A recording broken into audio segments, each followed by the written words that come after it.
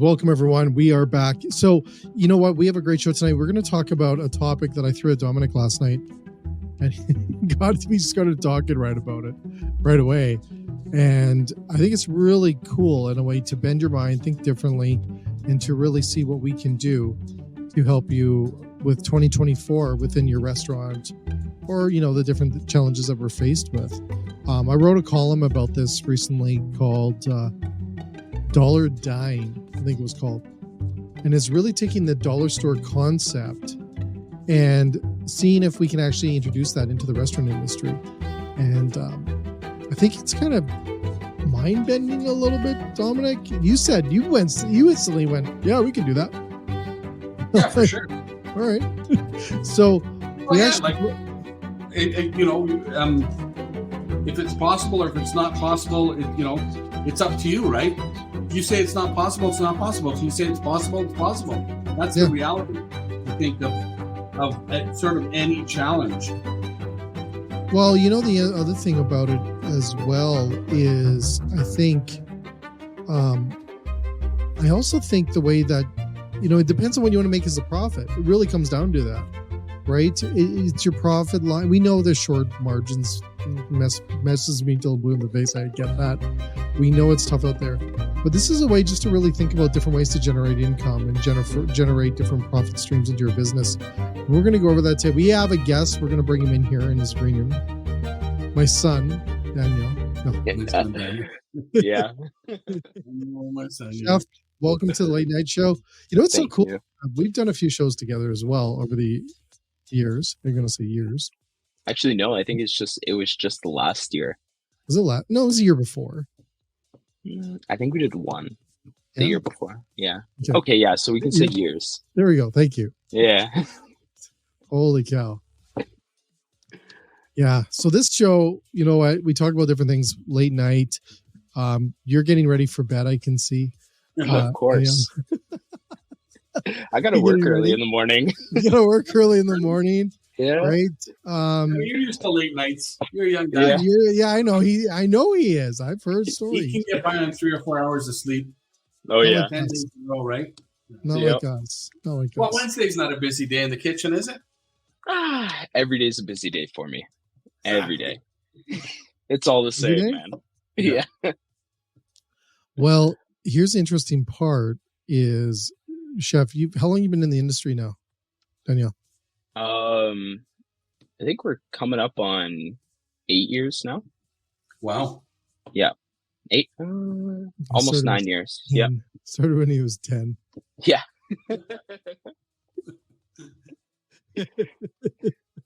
Hey, I love how every time, man.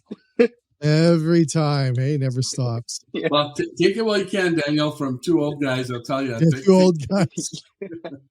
I hate that. You always bring it up. Why? Because you're old. I know. Thanks. It's okay. I see the gray in the beard. Yeah. No. Well, the funny thing is he paints that in. Exactly. I rub that in every morning. He's wearing his old man sweater. He's only missing the jacket with the patches on it, right? Fuck. I know. Like I should get them on here sewn in. Oh my God. Anyways, let's talk about the topic tonight. Yeah. So, Chef Daniel, you ever been to a dollar store? Yeah, a couple times. Yeah. A couple times. Yeah. Not lately. No, I've been to one a few times. They're great for snacks. Yeah. Night. Always good for snacks. Great for snacks. But do you think, so we're going to talk about today about the idea of really, can we take that concept of $1 to $2, maybe $3 products for a restaurant? And can a restaurant generate other ways of income into their business? Dominic, you mentioned one, I think this morning or this afternoon with me that I forgot to write down, but you mentioned a different way people can make money in it, or whatever our conversation was on our other podcast. Talking about sous vide and freezing and like those kind of things. Like those are money makers. Equipment to generate some money because it could seal, like cook the product in the bag and then freeze it and blast freeze it and then all of a sudden you got like a take home item or something. If you made like little meatballs or whatever it might be a protein. Right? It might even be a $30 steak. Exactly. So, Chef Danielle, do you think you're up for the conversation around making this into a dollar store concept, a restaurant? Yeah, I'm up for the conversation. You This think is going to so? be You a good think it's one. possible? I should have got my calculator. Damn it. Use my phone. See, I you know think you're it- old. You know you're old is when you go and look for a calculator, Not your phone. not your phone. Yeah.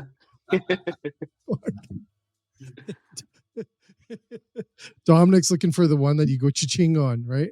You pull the lever down. I have seen those. Have you seen those? Have you used them? And you know, our old accountant, he literally had the little visor and everything. No, And the visor? In Thunder Bay, yeah, he had a visor and suspenders. Like, it was a classic accountant. Wow. Joe Sabatini, cool guy, but Joe Sabatini? Sabatini, yeah, that was his name. That's the best name ever. Next to Calabrese here. Yeah, you know. It's getting up there. I'm going to go into this topic. Let's get into this conversation around this. So, Dominic, what's your take? Yay or nay?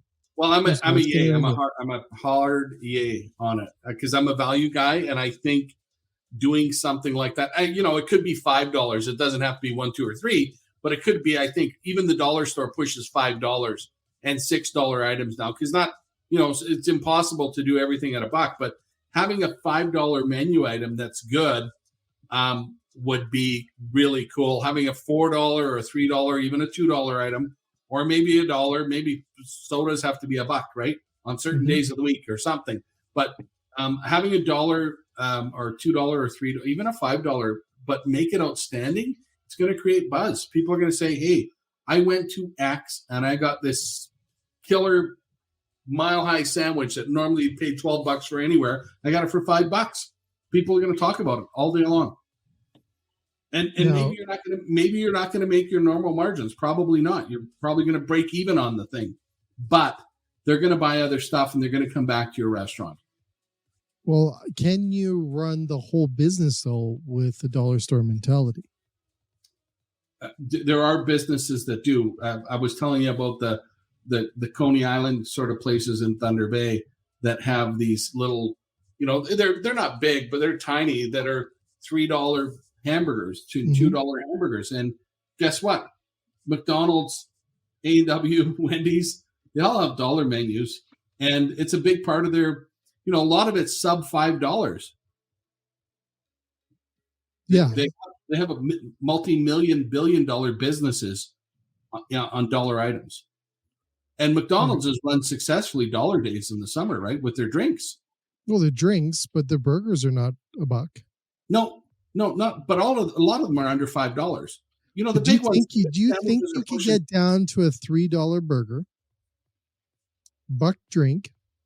Okay, $1. Let's say $3 is like the max on the burger. $3 burger, $1 pop. $1 fries is $1. Ice cream's $1. Do you think it's possible? You're not going to make any money on it. You can, right? Yeah, there you go. Yeah, you can. Hey, Chef said you can? Yes, you can. You can. Now after hearing, now you made me feel like I'm young. See, when I saw the topic for tonight, I was so skeptical. I was coming into this thinking, no way that you can do this. But after hearing the example of Wendy's, McDonald's, A&W, and then just thinking back on some of my restaurant days and some of the situations that we were in, you can definitely do it on items that can cost under $5 on your menu. So we know the P&L works out to an exponential percentage at the end, but most restaurants are not generating money through marketing ads. Now, there's a restaurant in Lethbridge, Dominic, you may have been to it.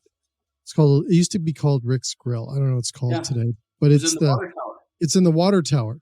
And at the bottom of the water tower, there is these big banners, like billboards underneath them. And they sell advertising on the bottom of the restaurant. Now, I told Dominic, because there's where the town that I come from, one of the gentlemen that I know bought a warehouse building on one of the, not even really a main street, but a very well trafficked road. So it's very visible. he put up billboard signs on the back because he owns a sign company.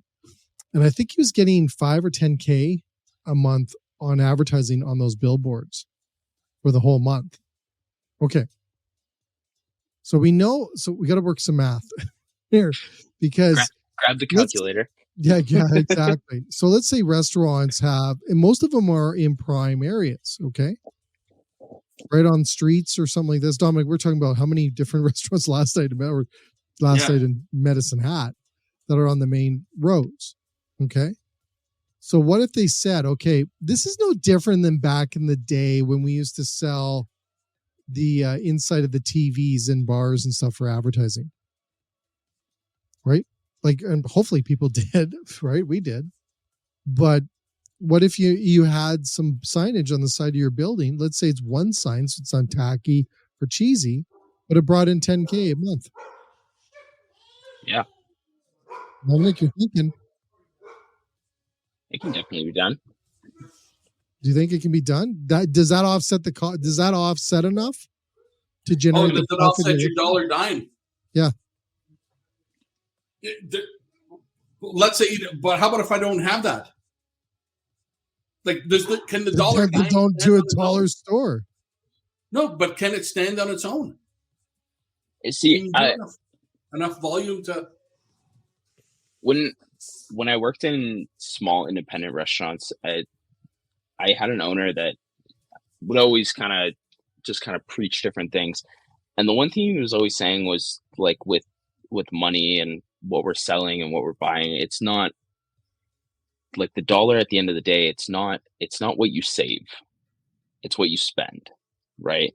I think if you're spending properly, you can have a dollar menu. You can have something that's $5. And I think it can be sustainable. A big part of it is purchasing. Yeah. Right. If you, 100%. Because you can always cut deals with people. I'll buy X amount of this and your price on it is this, but if I buy double or triple, can you give me a better price here? Right. Jay, you met him, Richard. He bought with the end price in mind. He worked. He didn't work it your typical way. I'm going to pay $12, and then I got this much labor. Blah blah blah blah blah. So he's going. I'm going to sell. He's going it the other way. Where can I get the best price? Oh, I need to buy 16 pallets of it, and hence he's got a 40,000 square foot warehouse for 3 restaurants. Right? That doesn't make sense from a typical perspective, but to what Daniel's point is, don't plan on selling 6. Plan on selling 600. At 600, what's your price point? Because now the impossible is possible. Yep. Yeah. It is. So I have this question then. And so why so many restaurants not making any money? We hear it every day. Because they're selling stuff like $20, $30 for a burger, and they're not making any profit. They're selling less of them. They're fixed. It's volume, right? It's volume. Their fixed costs are their fixed costs. The only way of getting that down, it's going to be hard to get your landlord to cut you a deal. Some of them might, but it's going to be hard to cut your taxes. It ain't happening. It's going to be hard to lower your electricity bill, right? Your gas bill, your labor. So now we got to find ways of being efficient and putting more volume through. Yep. That's the fix.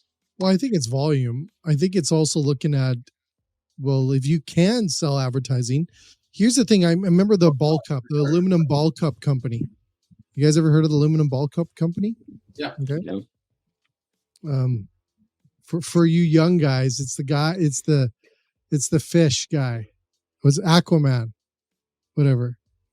Like Momoa owns the ball company. Okay. Or he's probably most owner. Anyways, there's these aluminum cups. I wish I had one here.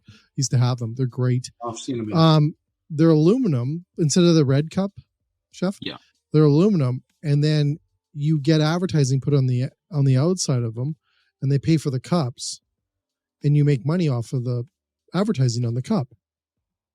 Right? And why could you do that in a restaurant? You could. Yeah. Yeah. Because I think that's where the consumer is going to say, If I can get a $3 burger, I'll tattoo your logo on my arm. Like, I don't care how it, like comes on the container and advertising on the cups or on the wrappers and stuff.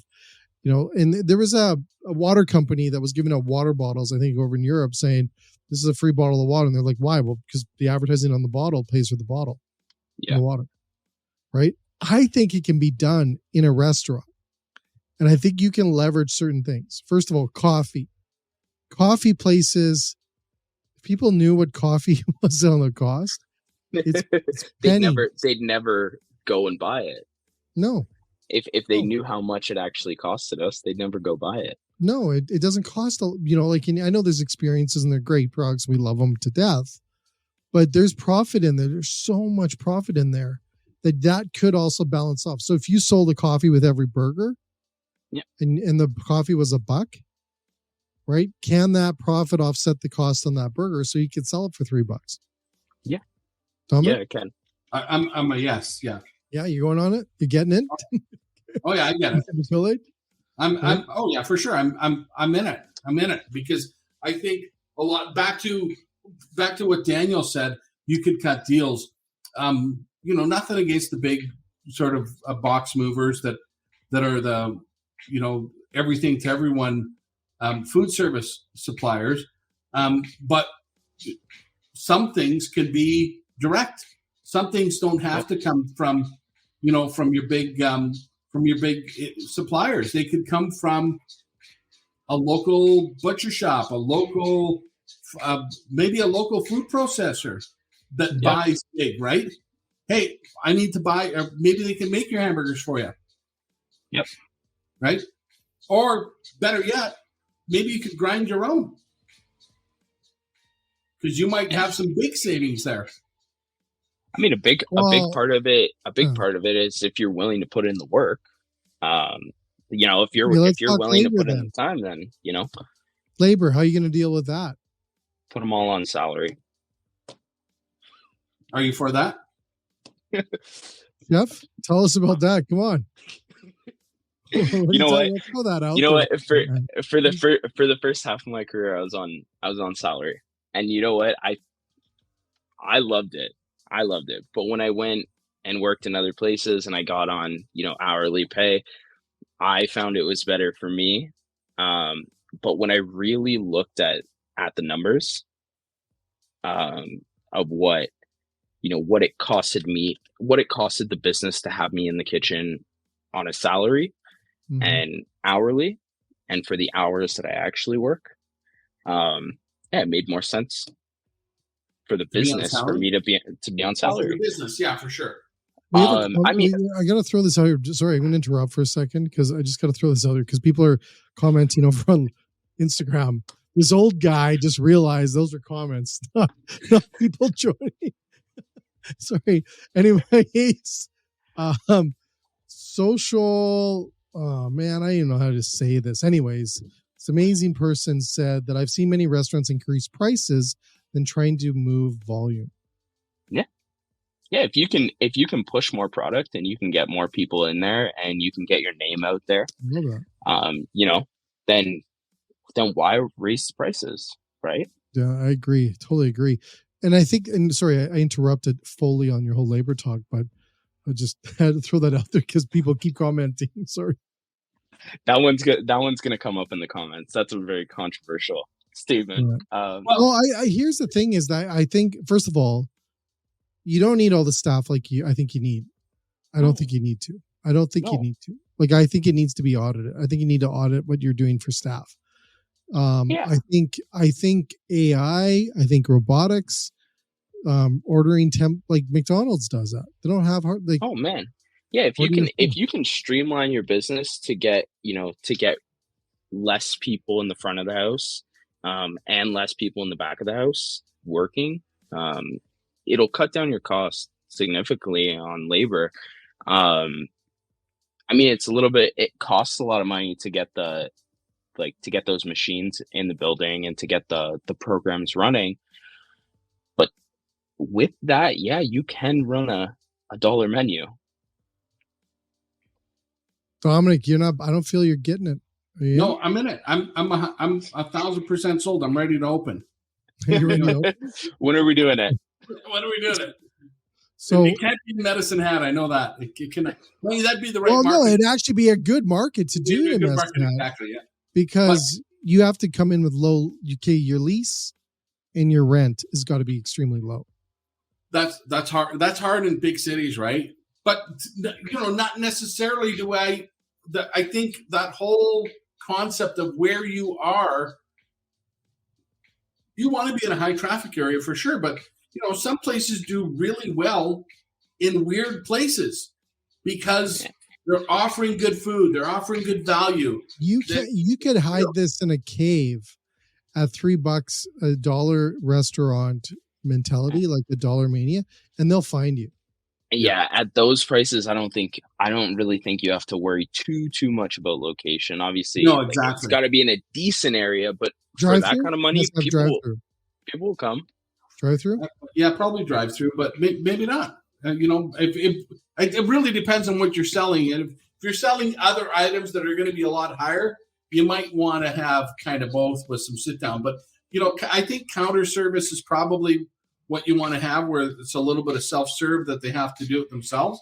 And I would push really hard if I was involved that you have to do it really good. You can't do like a 1 ounce patty and want to do it well, right? You've got to do it well. Can't chintz. No chintz. No, you got to do it well. And there's places that are already doing it. They've been around a long time that are reluctant to raise their prices. You probably go in every city, and there's going to be a place that's usually a lot of places used to do breakfast, right? You get a full breakfast for $6 or $7 type of deal with your coffee. Like Regina probably had 20 of them. For what? For what? A buck of coffee? No, a $6 breakfast or $5 breakfast, right? $5 breakfast, yeah, the $5 breakfast. Used to be in Calgary too. $4 and $3, I bet you. Casinos do it. Yeah, I think I paid like $75 for 3 people at breakfast the other day. Yeah, I went out for breakfast. That sounds pretty cheap too, by the way. $75. I was still amazed. Like, it's pretty high, but I'm just saying. Wow. Yeah, it was. Yeah, we have places like that in Calgary, Daniel. That Jay, the one I was telling you about, that's pretty popular. The coffee was cold, like the service wasn't that good. Like their food is okay, but I think they're hip, right? The young people are going there, and they're only open till 3:00 or something. So there's a place for value. There always is. There always will be. And if you do it and you do it well, like we were talking convenience the other day. Some of these places want to make too much money.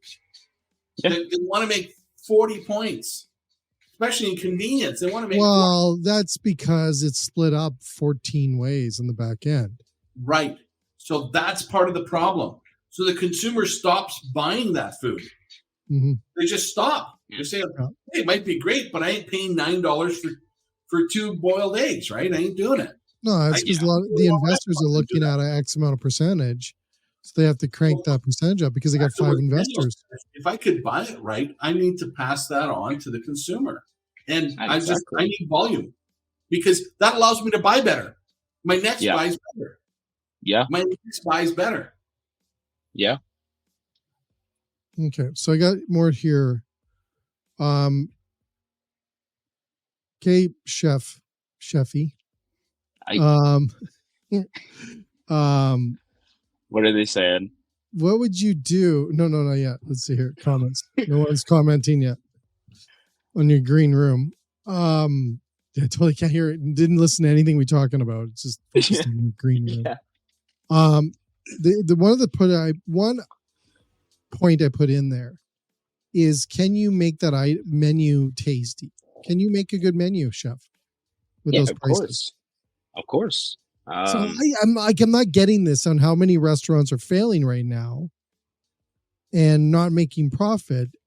And tonight we're telling everyone that you could open a dollar store restaurant and make it work. I think a lot of places are. Dominic, we're going to be buying some real estate tonight. I think I think a lot of places are having trouble with the fact that the food, the supplies, the equipment, everything costs so much money, and they look at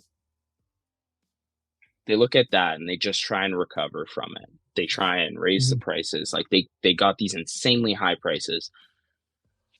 If I'm looking at a brand new restaurant that's opened, unless it's, gonna be amazing, I'm not too crazy about it if the prices are high, right? If you're opening a business, it's about people. You want people in. You want people in the door. You want them spending money. Give them the good prices. But a lot of the big box suppliers, they have these set prices, and it's hard to get around them.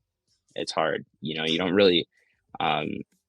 Most people don't see the other options. And you really have to do your shopping. You really have to look around for that best price. Okay. Now, where did Dominic go? Dominic, you still there? I'm here. You having a sandwich? He's having a burger. No, he's looking for restaurants for us. Yeah, exactly. He's Googling. Yeah. Find some property in Medicine Hat. Right, we'll be able to Dine. Now volume, because that's what's so let's talk a little bit about the mentality of the dollar store. Yeah. Those places are crushing it when you look at the profits, what they're making and the volume. And they're selling stuff at a fraction of the cost. Size, we talked about, can't jeopardize quality. I'm going to say you probably can't jeopardize size, but you're not going to you're going to probably pull the A&W model. One size fits all. I mean, actually, I did go into a dollar store the other day. And I was looking for highlighters. Right? I needed some more Sharpies. I needed some more highlighters. So I went in there and I was looking around, and me being me, I'm looking for the Sharpie brand, right? The Sharpie brand Sharpies and the highlighters. I couldn't find them. I found, 4 or 5 different options for highlighters and 4 or 5 different options for permanent markers, but I couldn't find the Sharpies, like the actual things, right? But hey, they're selling them. So I think if we're looking at that, well, they're selling it for $2, and they're charging you $1 a pen when it costs them 5 cents a pen. Yeah. So I think it's about how much you're buying. Like they're clearly buying a ton of this stuff, right? To be able to sell it to me for $2. But they're also not buying the name brand on certain things. Certain things. Go in there and buy chocolate bars. Right. Yeah. The chocolate bar at the grocery store is $1.50. Convenience store is $1.75. At the dollar store, it's 85 cents. Yeah. And they're the same size, same brand, national brands. They've got some of the off stuff, right? They do. That they're probably making way more money on. But I think it's like picking and choosing there, right? It's like what can we buy, the name brand stuff that's going to attract the people in, the stuff that you don't think about when you buy it, that Kit Kat bar or, an Aero or, a can of Coke, right? Yeah. You don't think about it because you just know the brand. But then that other stuff, those highlighters, well, if you're in there and you need highlighters, unless you're dead set on a certain type, okay, well, it's a highlighter, I'll grab it. But they just haven't given you that name brand that but a product, right? So they've got it on both ends there. I agree. And if it performs, if your off-brand, permanent marker performs, you're probably going to go buy them there again. Of course. Right? So I mean, if you can buy, if you're opening a restaurant, with the idea of having this dollar menu or low price menu, if you're selling that Coca-Cola, or you're selling Pepsi products, or you're selling Almost like every meal needs a drink. Yeah, if you're selling, that a Corona, if you're selling a Corona or you're selling a Heineken, people know those brands. They'll never think twice when they're ordering them. And then you can get them on the food because that's where you've done your work. What Starbucks did. Yeah. It's like almost like, was it 4 out of every 5 items is a food item now? What is that? Starbucks food items are going through the roof right now. So you're going there, getting your $6 drink, like profit through the roof, and then you're getting your sandwich. And that's probably why they're keeping their sandwiches below the $10 mark. Yeah. It's so if you go to buy something, or, if you go to buy something, something's $20 compared to $7 or $5. Are you going to think about spending the $5? Mm-hmm. No, you'll just, okay, yeah, it's $5. It is what it is, right? But if I'm asking you to give me $20, you're going to think about it, right? It's a bigger bill. It's a bigger number. So if you can keep it low, people won't think. Go buy more. It's automatic. Oh, perfect. I'm getting a burger. I'm getting a drink, and I'm getting, I don't know, a snack to go with it. Something for after, for $5. And if you do it well, you also build trust. Okay, yeah. I got an idea. You do it well, you're building trust. And if you consistently do it and you keep working hard at keeping that price point for as long as you can without compromising quality, you're going to build so much trust and brand value because people trust that you're not going to shrink it. You're not going to change it. You're not going to look to shortcut it. You're not going to, quadruple the price of the beer or the thing to offset it. You have to really think it through. But if you could build that trust, man, you've got a business.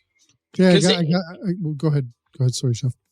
If you have your consumers, seeing it straight from the jump that, wow, I can get this meal or I can get this combo for, $5.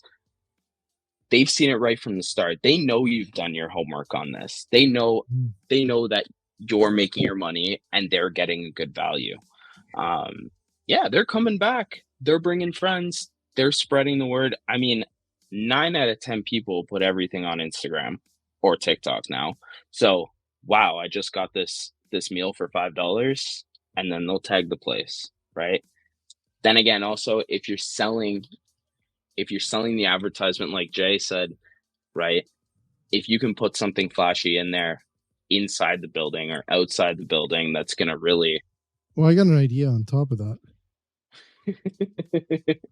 Then, you've built the trust, and while building that trust, you've also built the social media presence with it, right? You've built the brand name. Okay. Now we're going out here. So I got 2 avenues generating extra money because we got to make some profit. Dominic said we got to make some money. So here's the first one. What if you had a deal, let's say, because you have a small menu. It's not a big menu, people. It's not the huge menu you see today like McDonald's and Wendy's and all those places. It's just a basic menu. You're getting your fix, but it tastes good. It's good tasting. What if you made a deal, though, that the vendor of the month gave you product on offset product or product, whatever, and in response, you promoted their brand on your products, on your social media, and on your business?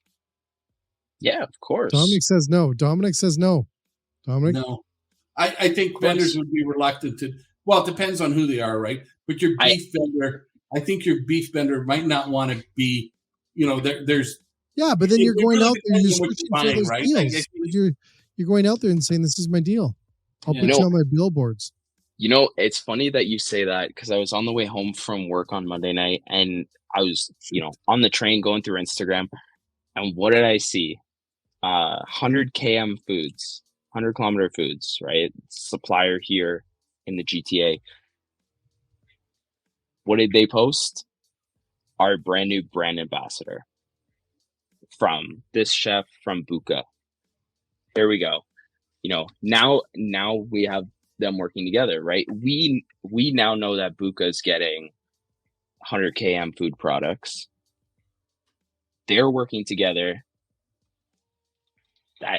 There's got to be something there. Well-known restaurant already. Yeah, Buka's an already well-known restaurant. I think it's good for both sides there. It probably is. But right? until you have that presence as a place, yeah. I don't think you're going to get the vendor to sponsor anything because they just want to make sure you're paying your bills, right? Yeah. So yeah, and I think you have to be careful on who you're, what you do there. I would be reluctant to promote Coke or Pepsi or anything else. I would say you ain't having your branding in here. It doesn't mean anything anymore. Yeah. Right?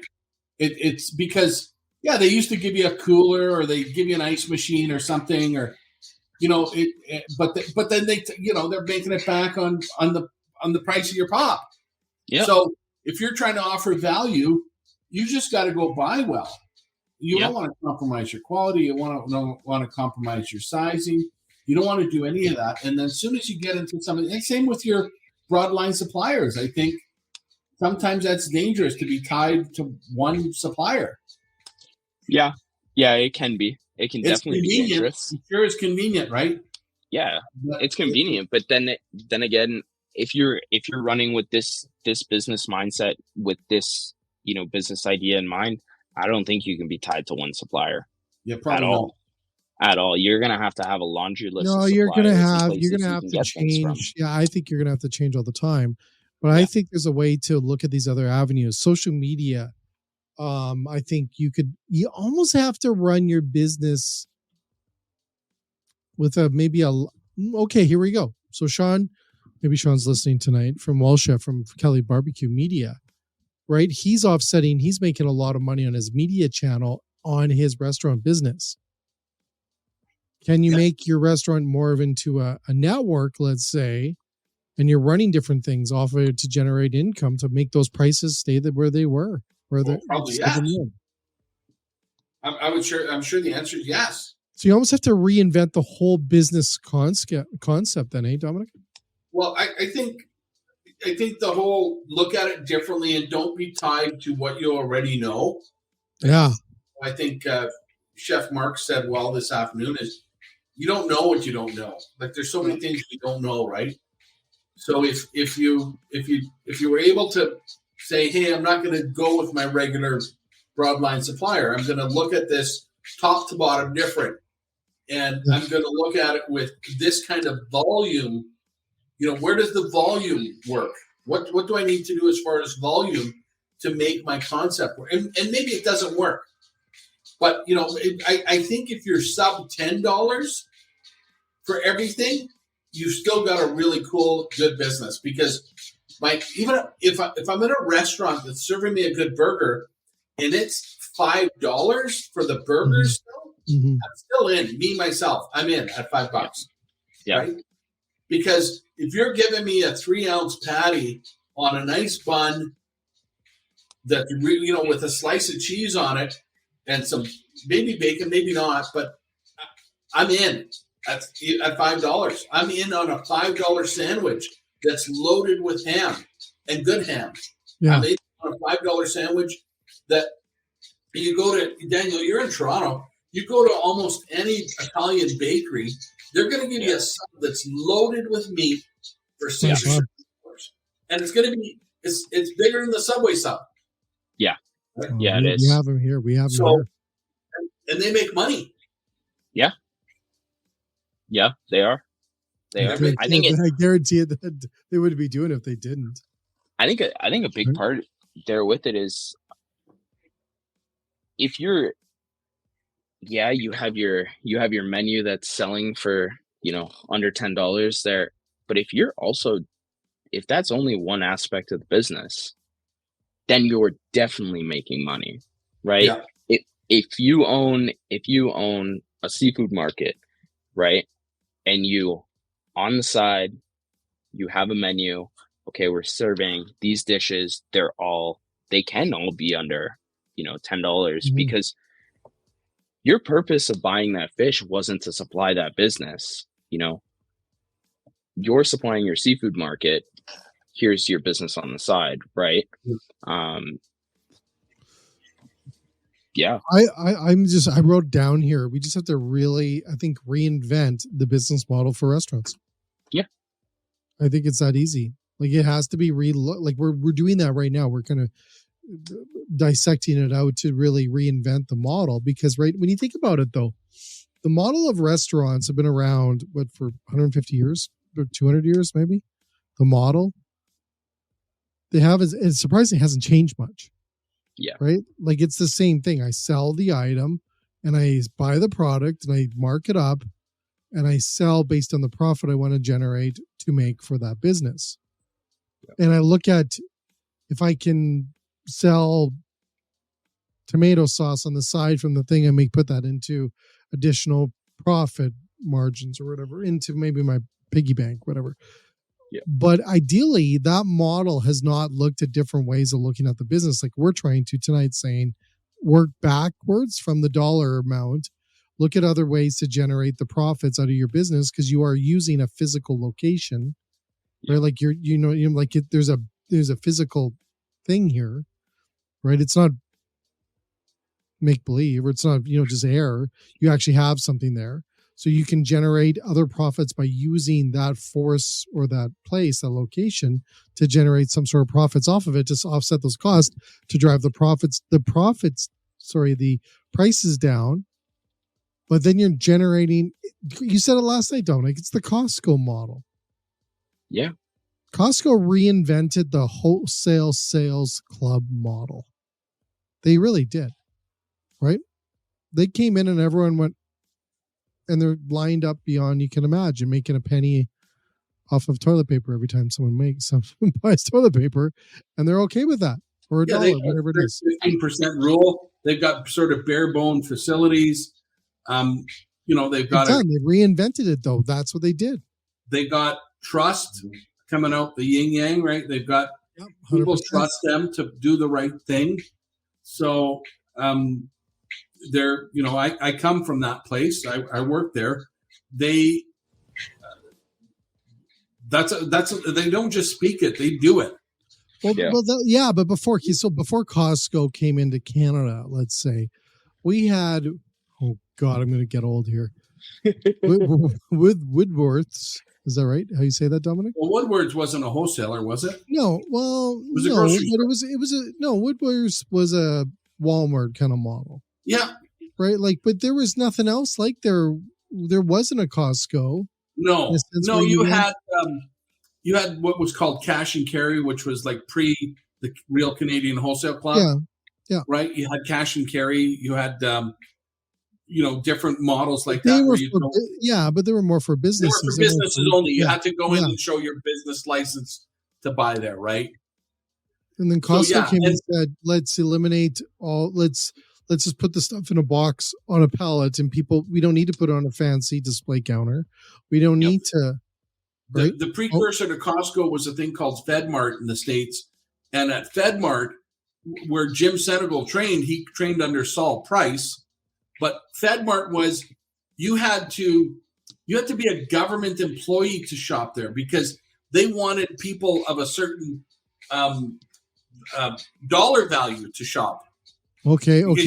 Another idea. They had the membership, but and you had check cashing privileges. But they knew, hey, if you work for the federal government, you had a steady job. You had a job that paid pretty well, so you could be their customer. Costco kind of eliminated that, but they still have 2 tiers of membership. They had a business membership. They're starting to open business centers, but they open that to everybody. But their philosophy of one price for everybody is kind of what, if you're buying one can or a pallet of that can, your price is the same. Yeah. When I go to my broadline wholesaler, if I buy one can, it's $47. If I buy a pallet, it's $42. But the real price is $30, right? You know what I mean? Like, so the independent restaurant, the Costco's of the world, and in the US, Amazon Fresh and those guys, they're going to start pressuring broadline wholesalers because people are looking at it differently, right? And that model is different. When I worked in small independent restaurants, Costco was the place to go, and we were going there almost twice a week. We were buying olive oil, we were buying tomatoes, we were buying everything there at one point. It was just a better price than our suppliers could give us. Yeah, and the best. It's yeah, and I'm not a big fan of getting someone out of the business to go shopping. No, it took time away from us. They're offering delivery now, though. In Toronto, they're offering delivery. In Edmonton, they're offering delivery. So you don't necessarily have to shop there. You can also go grind your broadline supplier and say, "Hey, this is what I'm going to do. I'm projecting this." Like, you can get good prices from your broadline guy too. You have to show them the thing. I'm going to buy this, right? Yeah. So I have another point here. I want to get into this because you said this, Chef Daniel, and then we're going to wrap up here for pretty quick. Is that subscription? Okay, I'm running a $3 menu, $2 item, $3 items, $2 items, $1 items. That's it. Nothing over $3 on my fast food place. But you pay $50 a year for a membership. Yeah, it could work. I mean, yeah, me too. I think it could work. It could work, right? Even if you went there once a week, 50 times a year, you're getting that back. It costs you $1 a week. Yeah. It would work. Yeah, actually, that's a good marketing plan. It's $1 a week to join our subscription program for our restaurant. It's going to cost you this. And for that, we're going to give you no higher than a $3 price on a burger. Everybody else says $75 a burger. Yeah. Yeah. Well, or your fish burger is $50, right? I'm going to say your first burger is $53. I can't remember the subscription follow through. Like when people do subscribe to programs, I forget the amount that they buy and they never use it, right? Yeah. Or they never get the dollar amount on it. It's quite significally high, and that's why typically these programs really work very well. Is the people that don't. Well, it depends on what it is, though. But if you did it at a restaurant, you're joining a club, right? Now, if they're doing it and they're treating you right. Now you got them as a club. You got their members. You got their emails. You got their messages. You got their emails, so you can message them every morning like McDonald's does with me. It tells me you can buy my breakfast, right? You could do that nonstop. So you use subscription to generate a $3 to $2 to $1 menu. Nothing over that. You're generating income from social. You're generating income from other marketing tactics. You're running very low labor, if nothing, like very low. Let's run a poll tomorrow. You want to run a poll? We're going to do a Google poll. We won't do it on any of the social media stuff because, like on LinkedIn, I think people are going to just shoot it down right away. But let's run a poll and ask. Yeah, I think let's run a sort of a paid poll. Isn't it kind of cool though? This is the thing that I want restaurateurs to do. We love them to death. This is what you need to do as a restaurateur. You need to sit around, grab a young guy, a couple old guys, right? Really green room. And you sit around and you brainstorm ideas on generating profits for your business instead of sitting there and watching the profits die out or losing at the game. When you put minds together and you put people together and you, like you said, you think differently or reinvent different ideas or try this. What about this? What about that? Let's try this. And have an open mind to it. This is what happens. Great ideas come from that. And we don't do that enough in our industry. Restaurants? Besides private clubs, is there any membership restaurants? Besides, like a private club would be different there. And usually the private club is charging you big money for your meal, right? That's why I think it's a good point too. And I've thought of that. The closest thing that I've seen to those like private club memberships or subscriptions is they're probably like smoothie places, coffee places. Well, there are some coffee subscription places that say $50 a month and your coffee's like $1 or free or whatever. I've heard those before. I know that Arby's was running a subscription program that you subscribe to Arby's and every month you got the Arby's pack. And it was like a bacon toque, bacon scarf, socks. It was fun shit. and I loved it. And that's when I got into the subscription commerce model, and I started researching it more and more and looking at that. So the amount of money that you can generate off subscription programs, Dominic, is insane, right? So when you look at that, that offsets those costs on those products by far, because not everyone. I think it's like I want to say, and I quote me wrong here. Don't quote me. Probably absolutely wrong here. We could probably Google it. I thought it was about 37% usage rate on subscriptions. That people actually use it to what it is. I think it's around that. I don't think it's higher than over 40. I don't believe so. I know how many? I bet it's probably around 20. You think it's 20? How many times? Jesus. You know how many times a year I watch Disney Plus? Not that many. You know how many years my subscription's renewed, and every single time I've gone, oh shit. Yeah. I didn't realize it renewed, right? So yeah, I don't really use it, but I pay for it. But then every time it's there for me, I don't use it a lot, but every time it's there for me, okay, it's an option. I can have it. Yeah. Wow. So if you look at, here's the thing, Dominic, like you said, you go back. So you say, I want to generate $10 million from my restaurant this year. Okay. I want to generate $10 million. I back down. How many subscriptions do I need to make to generate, let's say, X a portion of that 10, let's say 5 million. It's crazy. 5 million, right? Okay. Well, we need to sell 10,000 subscriptions or whatever it is at $50 a subscription. Okay.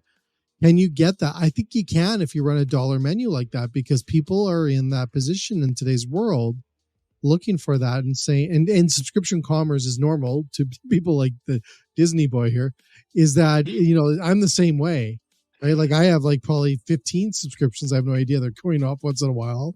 Yeah. LinkedIn, I subscribed to LinkedIn. I realized I got that bill yesterday and go, okay, well, another $50. Right. So it does come and go. And if you auto renew on it and build it around it, you could generate the money that way, offset your cost. You got marketing coming in. Maybe you're running a YouTube channel like Sean does off of his Kelly Barbecue, where you're generating money through your YouTube channel. Lots of money there if you get going on it.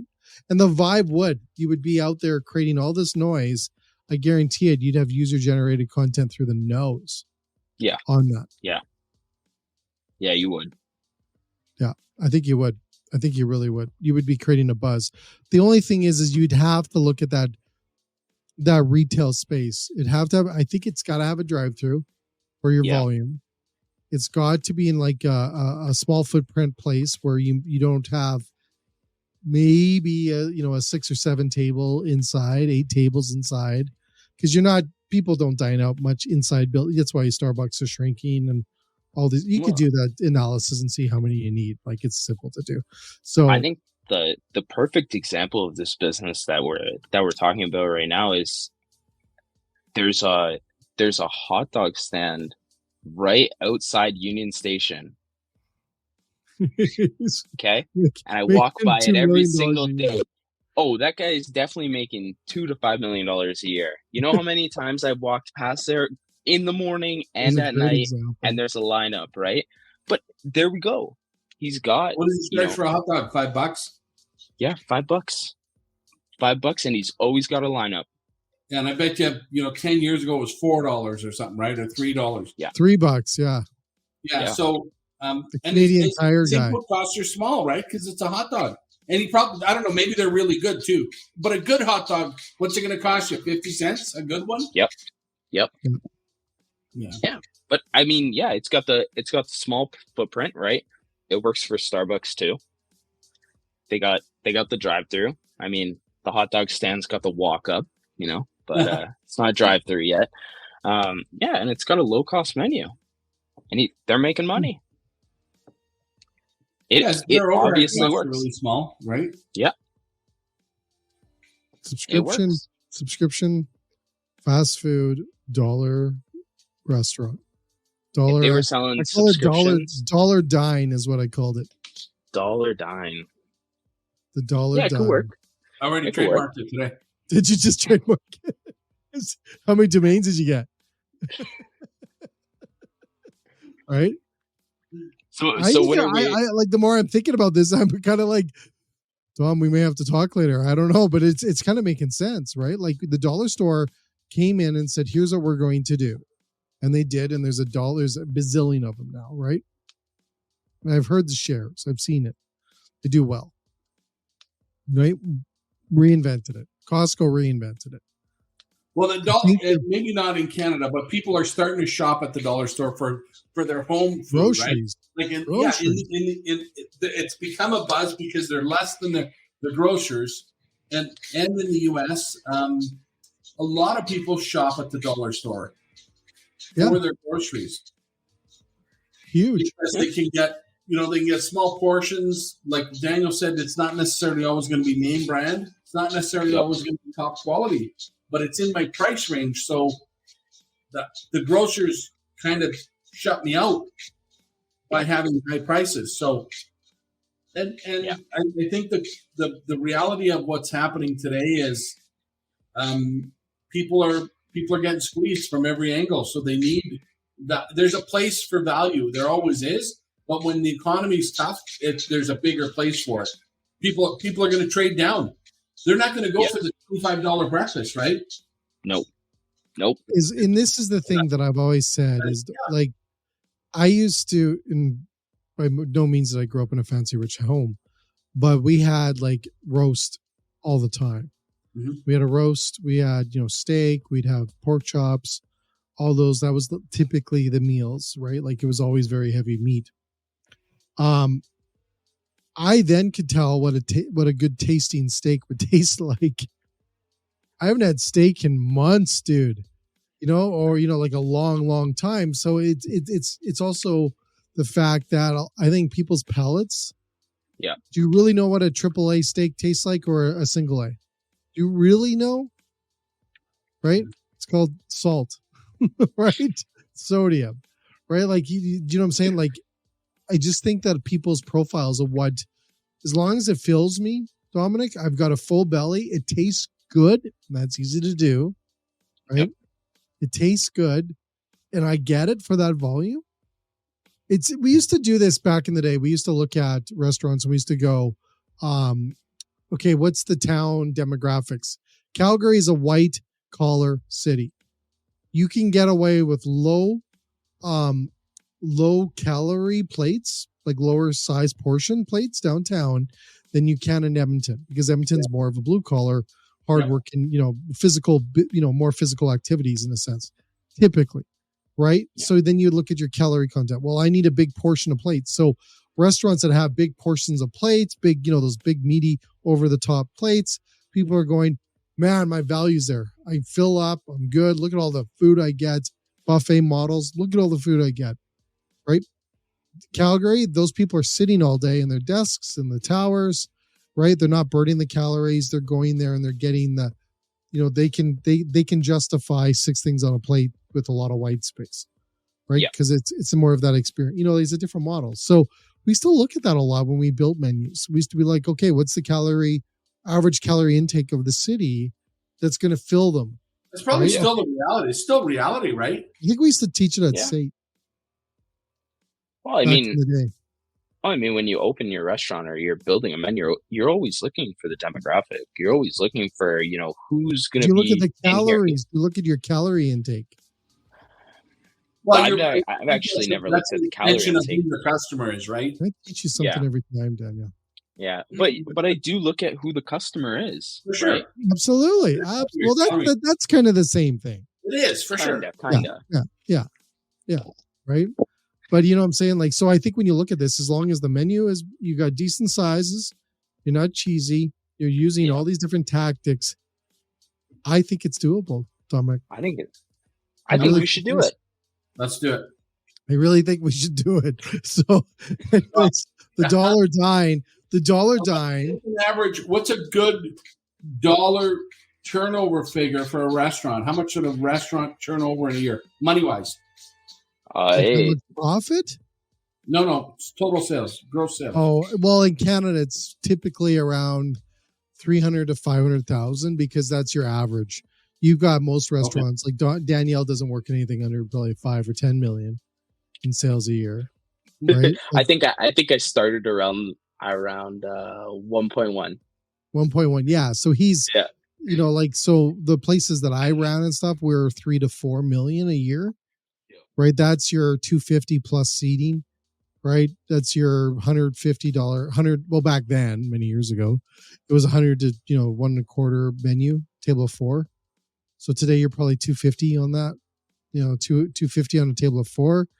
250, 300 seats on there, you're probably generating 2-3 million in sales. Yeah. Right. And that's being busy every day of the week. Yeah. Right. Like that's busy track. So that's your volume on that sit down. Now, if you go into your QSR model and some of these places where they're generating huge profits, is because you don't have a staff of 20 on at the one time. You have a staff of 3. If you got a limited menu, with lots of volume, you look at the cheesesteak places in Philadelphia, the hot dog place that Daniel just described. He's got 2 or 3. He's probably got a hot dog and a sausage, 6 different tops, and maybe onions and mustard and ketchup. I don't know. Right? Yep. There's well, who did this is McDonald's did this. When McDonald's came into the world, those boys said, we're going to reinvent the way that business is done. Yeah. Yeah. Right? They went with, what did they do? They went with volume. Yep. That's what they did. Volume and speed. Speed. There's still a place for that. Yeah. And if you went back even and looked at McDonald's 4 or 5 years ago, they themselves said their menu was getting too complicated and they cut a whole bunch of stuff out. Remember the salads? They had salads. Yep. Pizza. They still can get pizza in some parts of the world. Yep. Spaghetti. Yeah. Right? And that's different. Yeah, poutine. There's different things you can get. But I do, Yeah, I do believe, and I know the McDonald's person follows me, and I swear to God, please bring back the McLean sandwich. It would crush it today. I want the McRib. I don't want the McLean. Do you remember the McLean? No. No, you don't remember the McLean. It was like 60% less fat. McLean, look it up, Google it. I'm actually all that stuff. Yeah, I would never have bought it. I would never have eaten it. No. I wouldn't have. I want the extra heavy. If you're gonna dine, you're gonna just let her go, eh? Right? So, but honestly, they had the McLean. I think the McLean would be huge nowadays. Nowadays. I don't think so. No. No, I would bet the farm. No. I would bet the farm. The McLean. The McRib. They can't do the McRib because it sells so much. I know. Yeah. It goes nuts. Right? It goes nuts, man. I love the McRib. They used to have it was the BLT burger, bacon, lettuce, tomato burger, and it was split. Danielle, we're teaching you old stuff. And the container came with the cold side cold and the hot side hot. Yeah, he's like, what? Dude, I remember when nuggets came in.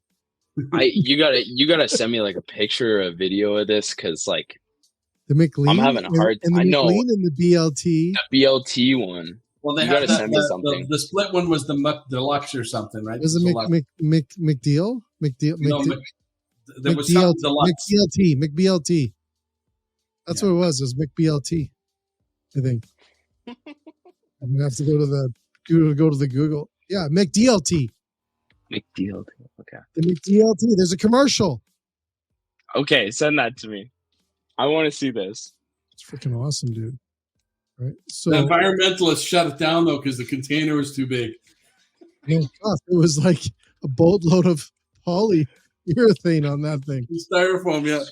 It was huge, man. I remember it used to come with like a tray, right? Wow.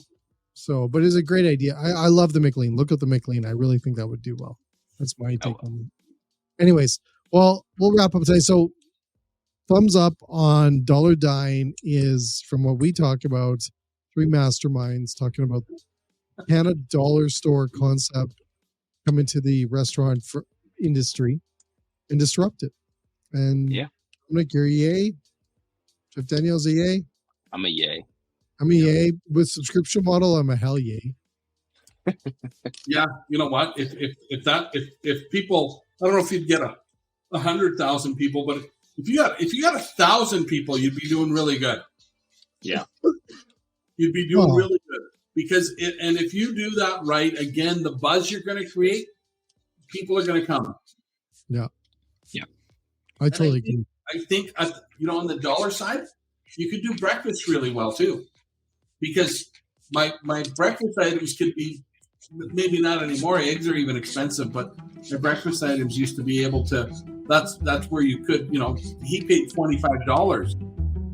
Do you think their food cost was like $3 and not $25? Maybe $4? Probably. Yeah. Probably. But Yeah. wouldn't $5, would it? My labor. I mean, I got French toast. That was it. Oh. So your food cost was $1. Yeah, $1, if that. Yeah. Yeah. So it's doable. It's doable. Yeah. Well, great chat, gentlemen. Chef Daniel, thank you for joining us on the link. Thank you. And Dominic, it's always been a pleasure. Always a pleasure. Can't talk anymore. I'm tired. But this is great. So please read my Dine article, and we'll have to do that Google thing, Dominic. Yeah, we'll chat about it tomorrow. I think we should do it tomorrow. Do a Google poll, and watch out for that. We'll see if we can get people to get on the Dine idea. We'll see chains across Canada and the US. I think it'd be big in the US. Yeah, it would. It would definitely work downtown Toronto too. Yeah. All right. Well, gentlemen, have a great evening. Everyone else, have a great evening. Thanks, Thank you. Nice meeting you. Nice to meet you. Have a great night. Cheers.